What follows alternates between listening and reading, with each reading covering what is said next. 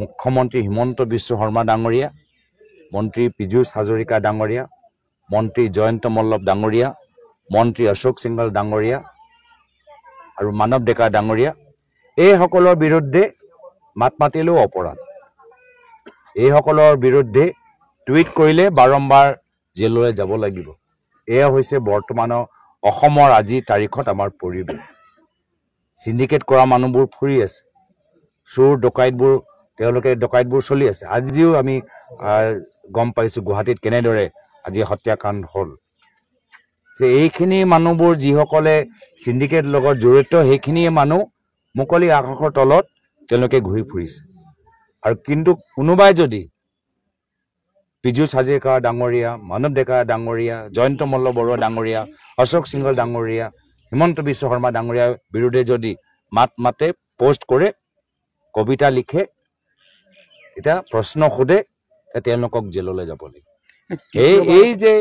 এই যে অপশাসন অসমৰ জনসাধাৰণে চাই আছে আৰু অসমৰ জনসাধাৰণে ইয়াৰ উত্তৰ অহা বছৰ দিব। ক্ষমতা সদায় এজন ব্যক্তি এজন দলৰ লগত নাথাকে।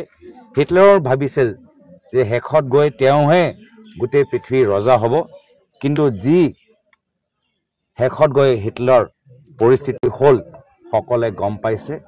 মহাভাৰতৰ ভিতৰতে কৌৰৱে ভাবিছিল যে তেওঁলোকৰ ওচৰত সংখ্যা আছে, ধনৰ শক্তি আছে, শেষত গৈ তেওঁলোকৰ কি পৰিস্থিতি হ'ল সকলোৱে জানে।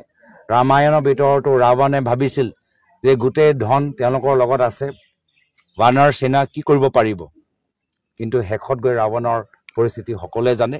এই একে পৰিৱেশ অহা বছৰ অসমৰ ভিতৰত হ'বলৈ গৈ আছে। তৃতীয়বাৰ আপোনালোকে যিসকল আইনৰ বাবে জানে সকলোৱে ক'ব যে একদম আইনৰ যি নীতি নিয়ম গোটেই নীতি নিয়মৰ উলংঘন কৰা গৈছে। পুৰণা কেছৰ ওপৰত য'ত তেওঁলোকে বেল পাইছে সেই একেই কেছবোৰ আকৌ দোহাৰিবলৈ তেওঁলোকে চেষ্টা কৰি আছে। তো আইন কেনেদৰে উলংঘন কৰা গৈছে আমি সকলোৱে দেখা পাইছোঁ। ৰিতম সিং ডাঙৰীয়া সম্পৰ্কত আমি সকলোৱে দেখা পাইছোঁ। আৰু মহিবুল হক USTMৰ মালিক, তেওঁৰ সন্দৰ্ভতো কেনেদৰে আইন উলংঘন কৰা গৈছে আমি দেখিছোঁ। তো এয়া হ'ল বৰ্তমান অসম চৰকাৰ, ৰিতম সিং ডাঙৰীয়াই হওক বা মহিবুল হক ডাঙৰীয়াই হওক, তেওঁলোকে নিজৰ ক্ষমতা ব্যৱহাৰ কৰিবলৈ আইন উলংঘন বৰ্তমান বিজেপি চৰকাৰ কৰিব পাৰে। কিন্তু ইয়াৰ বিৰুদ্ধে কংগ্ৰেছ, বিভিন্ন ৰাজনৈতিক দল, অসমৰ সমাজ, নাগৰিক সমাজ, সচেতন সমাজ, যুৱক সমাজ আমি সকলোৱে একগোট লাহে লাহে হৈ আছোঁ। আৰু আমাৰ একতা আগত বিজেপি চৰকাৰ পৰাজিত হ'ব, এইটো 100%। আমাৰ এজন সতীৰ্থ ৰিতম সিং সকলোৱে অৱগত যে কেনেদৰে মাত্ৰ ৰাজনৈতিকভাৱে এটা পিছত এটা ৰাজনৈতিক কাৰণৰ বাবে এটা পিছত এটা কেছত তেওঁৰ ওপৰত জাপি দি ধাৰাবাহিকভাৱে জেলত ভিতৰত যথেষ্ট কৌশলেৰে জুডিচিয়েল কাষ্টডিত ৰখা গৈছে। আজি প্ৰথম বহাগৰ দিনত তেখেতৰ ওচৰত আমি আহি তেখেতৰ খবৰ ল'বলৈ আহিছোঁ। মোৰ লগত আমাৰ লাহৰীঘাট সমষ্টিৰ বিধায়ক আসিফ ইছলাম ডাঙৰীয়া, মৰিগাঁও জিলা কংগ্ৰেছৰ সভাপতি ৰমেশ বৰদলৈ ডাঙৰীয়া, আমাৰ প্ৰদেশ কংগ্ৰেছৰ সম্পাদক উদিত ভানু দাস ডাঙৰীয়া, আমি ভিতৰলৈ গ'লোঁ। আৰু আমি ভাবিছিলোঁ যে ৰিতম সিঙক ডাঙৰীয়াক আমি সাহস দিম, কিন্তু তেওঁহে উল্টা আমাক সাহস দিলে। তেওঁ ক'লে যে বিভিন্ন সময়ত বিজেপি মানুহবোৰ ডাইৰেক্টলি বা ইনডাইৰেক্টলি তেওঁ কৈছে যে যদি তেওঁলোকে বিজেপিৰ বিৰুদ্ধে মাত মাতিবলৈ বন্ধ কৰি দিয়ে তেতিয়া এইখিনি কেছবোৰ নাইকিয়া হৈ যাব। কিন্তু ৰিতম সিং ডাঙৰীয়াই তেখেতক কৈছিল, বিজেপি এজেণ্টবোৰক কৈছে, বিজেপি স্পাই যিখিনি আছে সকলোকে কৈছে যে শেষৰলৈকে মই বিজেপিক কেতিয়াও যোগদান নিদিওঁ।